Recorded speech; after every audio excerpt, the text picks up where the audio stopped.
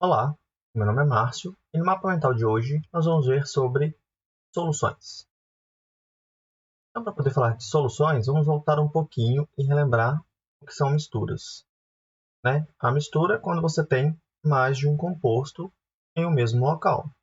E, tendo essa condição, a gente pode classificar uma mistura em duas situações. Uma mistura homogênea e uma mistura heterogênea. O que é a mistura homogênea? Bom, a mistura homogênea, como o nome já diz aqui, homo, um, ela vai ser, então, a mistura que apresenta uma única fase. Enquanto a mistura heterogênea, onde vem a ideia aqui de hétero, diferente, ela vai ter diferentes fases. Então, ela vai ter, nesse caso, duas ou mais fases. Como a gente quer focar em solução, a gente vai falar apenas da homogênea. Por quê? Porque é a mistura homogênea que pode ser chamada de solução. Então, toda mistura homogênea é uma solução. Logo, o que vem a ser a solução? Quais são os componentes dessa solução? Bom, uma solução ela é composta de soluto ou solutos e solvente. O que são os solutos? Solutos são as substâncias que são solubilizadas no solvente. Logo, o solvente é a espécie que solubiliza o soluto. Bom, confuso? Se a gente dá nome aos bois aqui, dá um exemplo, eu acho que fica um pouquinho mais fácil. Então, um soluto, eu tenho uma solução de cloreto de sódio, por exemplo. O meu soluto é o cloreto de sódio, o sal de cozinha. E o meu solvente é o quê? A água. Então, a água é um dos principais solventes. Na maioria das vezes, a gente utiliza a água como solvente. Ela é chamada de solvente universal. E então, se eu estou falando de uma solução que contém água como solvente, eu estou falando de uma solução aquosa. Então, essa solução, uma das características das soluções são a respeito da sua concentração. E quando a gente fala de concentração é o quê? O quanto de soluto eu tenho no meu solvente. O quanto de cloreto de sódio eu tenho na minha solução de cloreto de sódio, na minha solução aquosa de cloreto de sódio, por exemplo. E eu posso descrever essa concentração de diversas maneiras. Entre elas, nós temos as 4 aqui mais utilizadas, principalmente cobradas no Enem e vestibulares, que são a concentração em grama por litro, o título em massa, o título em volume e a concentração em mol por litro. Então, vamos rever cada uma dessas 4. O que seria a concentração em grama por litro? Ela vai ser expressa por essa equação aqui. A concentração é igual à quantidade de massa do meu soluto no volume de solução. Então, a concentração é igual a massa sobre o volume. A unidade padrão para essa equação é a massa em grama e o volume em litro. Por isso, a concentração vai ser dada, então, em grama por litro. Já o título em massa, ele é expresso por essa equação. O título em massa ele é igual à massa do meu soluto dividido pela massa total, ou seja, a massa da solução. A massa do soluto mais a massa do solvente. Então, se eu tenho uma massa, por exemplo, 5 gramas do cloreto de sódio, e uma massa de solução igual a 100, eu teria quanto de título aqui? Eu teria 5 dividido por 100, ou seja, eu teria 0,05. Quando a gente leva em consideração essa massa igual a 100, facilita muito a vida e com isso a gente consegue também propor o quê? A porcentagem em massa do meu soluto na minha solução. E quando a gente tem umas situações em que a quantidade de soluto é muito, muito pequena, a gente pode expressar também em ppm ou ppb. E o que vem a ser ppm e ppb? Bom, ppm significa partes por milhão. Ou seja, é como se eu tivesse 1 grama do meu soluto para 1 milhão de gramas da minha solução. Está vendo que é muito diferente? E aí, para não ficar fazendo essa conta e dar um número tem vários zeros depois da vírgula, a gente expressa por ppm. E o ppb, ele é ainda menor, são partes por bilhão. Então, é 1 grama do meu soluto dividido por 1 bilhão de gramas da minha solução. Esse tipo de concentração é usual para detecção, por exemplo, de metais que são tóxicos em solução, em corpos d'água, por exemplo, uma contaminação de chumbo. Por quê? Porque o nosso corpo ele é sensível a esse tipo de metal que é tóxico. Então, a gente pode consumir, sem ter nenhum tipo de problema, uma quantidade muito baixinha.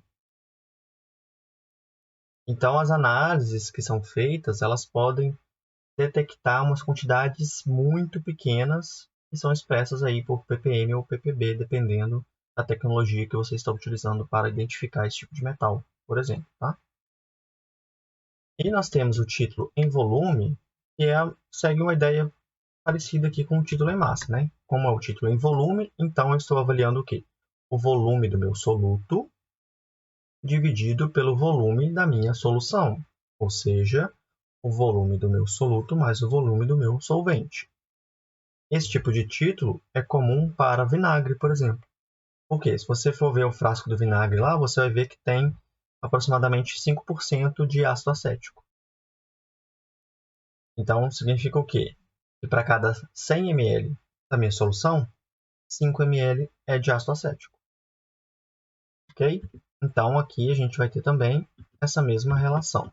O título ele pode ser expresso na forma de porcentagem e volume e também pode ser utilizado a mesma ideia de ppm e ppb se eu tiver uma quantidade muito, muito pequena do meu soluto para uma quantidade muito maior da minha solução, né? Do meu solvente, no caso. Né? Porque o solvente mais soluto vai dar um valor muito maior do que só o soluto.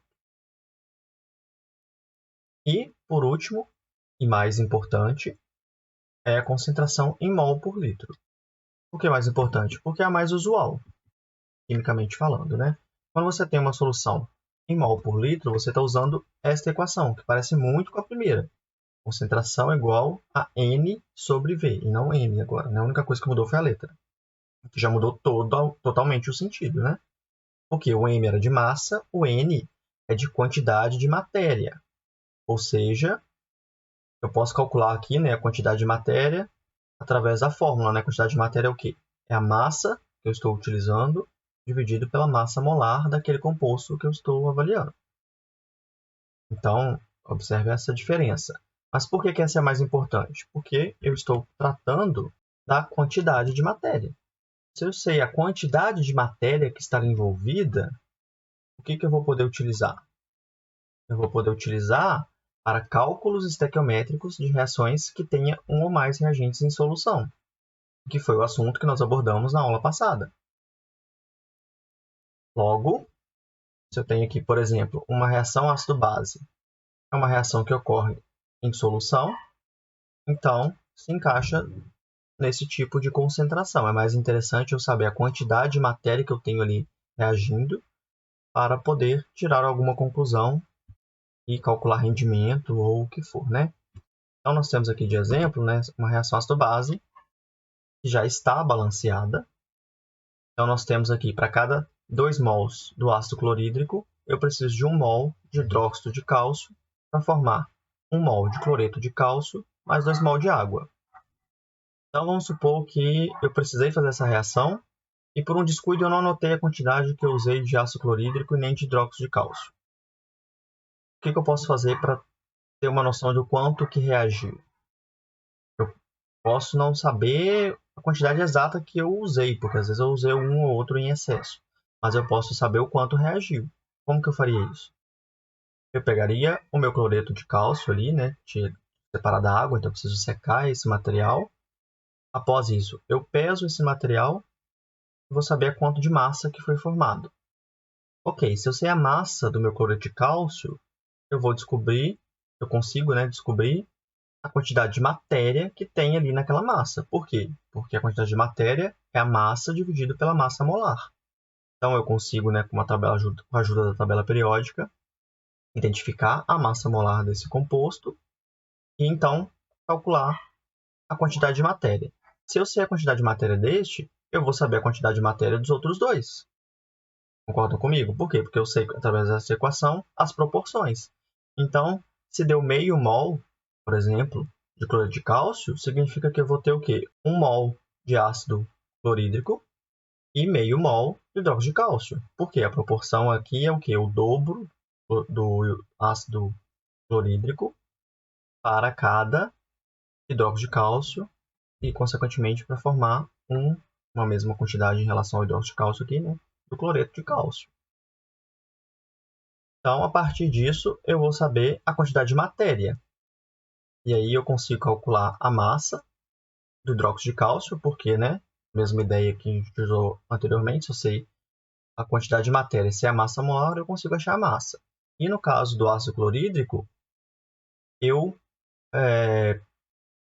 como esse composto ele já é uma solução, né? O ácido clorídrico a gente encontra em soluções, são soluções do ácido clorídrico, né? Ele não está no estado sólido. Então, eu precisaria verificar o quanto de volume eu gastei. Como que eu posso fazer isso? Eu tenho, então, a quantidade de matéria, né? E sei a massa molar, então eu consigo descobrir a massa também, que reagiu ali.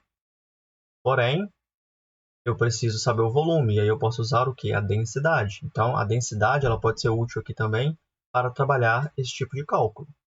Então, quando a gente está falando de soluções, a gente não pode esquecer que a densidade ela também está ali correlacionada de forma indireta, utilizada quando necessário, né? Além disso, uma solução ela pode ser classificada como concentrada ou diluída. Bom, e para eu poder classificar uma solução como concentrada ou diluída, eu preciso ter o que a gente fala de parâmetro. Eu preciso comparar essa solução para eu poder falar se ela é concentrada ou se ela é diluída. Então, nesse exemplo que nós temos aqui, a gente tem 2 beckers com uma quantidade de matéria de algum composto. Vamos pensar se fosse um suco de laranja. Qual seria o becker que está mais concentrado? A gente consegue observar nesse caso aqui, né, através da cor. Por quê? Porque se eu tenho uma quantidade maior do pó ali, ele vai ficar mais escuro. Então, eu tenho uma quantidade maior do composto ali que está gerando essa cor. Logo, o meu becker da direita seria uma solução, né, um suco ali concentrado, enquanto o da esquerda é um suco diluído. Certo? Então, são comparativos. Aí, através da solução concentrada, se eu quiser fazer com que ela se torne diluída, eu preciso fazer o quê? Eu adiciono solvente. Se fosse no caso do suco, eu adicionaria mais água. E o processo de adicionar mais água em uma solução concentrada significa o quê? Eu estou fazendo uma diluição. Então, aqui está representado. Eu aumentei ali o volume de água, consequentemente, deu uma clareada ali, né? Se comparar com sendo o suco, ficou menos concentrado, né? Ou seja, mais diluído. Então, se eu adicionar um solvente numa solução concentrada, ela vai se tornar uma solução diluída. Comparei o estado inicial com o estado final. Novamente, concentrada ou diluída é um termo comparativo. E por último, uma solução ela pode conter uma mistura. Né? A gente pode ter uma mistura de soluções, como por exemplo uma solução contendo água, álcool e cloreto de sódio. Então, nesse caso, né, seria um tipo de mistura de solução e não há reação entre esses solutos. Mas eu poderia ter uma mistura de solução de ácido clorídrico com, qual foi o exemplo que eu dei ali? O hidróxido de cálcio. Então, seria um tipo de mistura de solução em que há reação entre os solutos. Né? Nesse caso, foi um tipo de reação ácido-base. Então, com isso, espero que os seus problemas sejam solucionados. Espero vocês no nosso próximo Mapa Mental.